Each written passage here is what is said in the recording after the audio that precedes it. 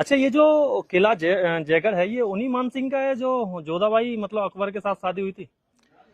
यही बड़ी समस्या है। हर आदमी हमारे इतिहास में कहीं भी लिखा हुआ नहीं है, लेकिन ये एक serial Jodha Akbar serial picture बना के हमारे हिंदू संस्कृति को, हिंदुओं का, सनातनी लोगों का, इन वीर योद्धाओं को सर झुकाने के लिए इनको एक पॉइंट मिल गया, झूठा पॉइंट बना लिया। कोई इतिहास में कहीं लिखा हुआ नहीं है।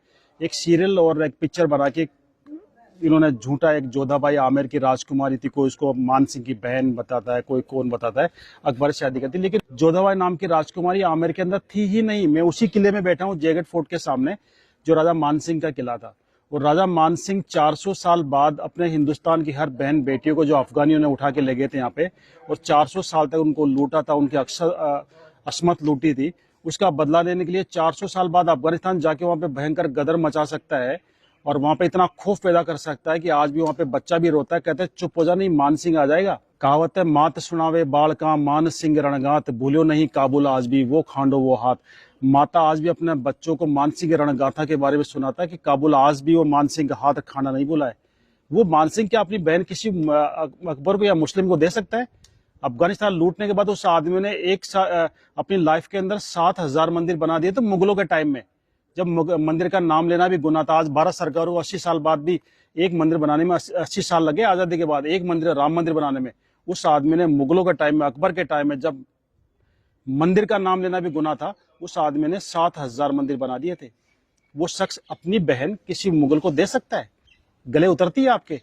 ये झूठी कहानी बनाई गई है। जोधा नाम की कोई राजकुमारी थी ही नहीं। मैं आज क्लियर कर दूं आपको, जोधा आमेर के अंदर एक दासी पुत्री थी।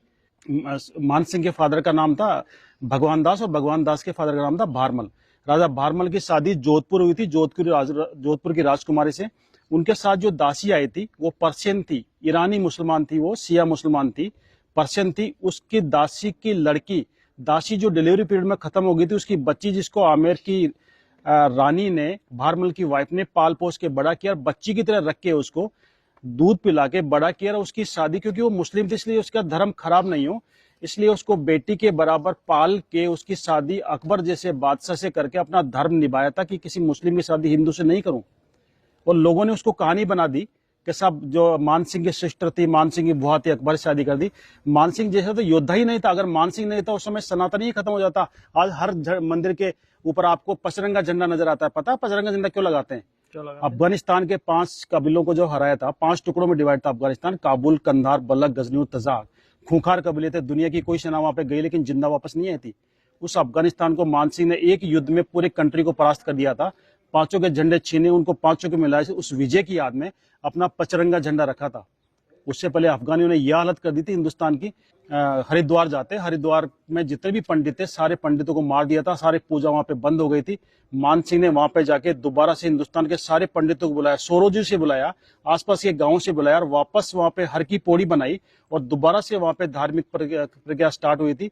हिंदुस्तान के हर कोने से पंडित गए थे। राजा मान सिंह को धर्म रक्षक माना था और उनके पचरंगे झंडे को मिला के, 5 कलर को मिला के आगे से तीखा करके उसको धर्म ध्वजा का रूप दिया था। आज हर मंदिर के ऊपर 5 कलर का झंडा क्यों मिलता है? ये राजा मान सिंह ने अफगानिस्तान को हराया था, उसी झंडे को धर्म ध्वजा का रूप दिया और राजा मान सिंह को धर्म रक्षक की उपाधि दी। सारे हिंदुस्तान के सब पंडितों ने धर्म बचाया अगर किसी ने तो राजा मान सिंह ने। हमें बदनाम किया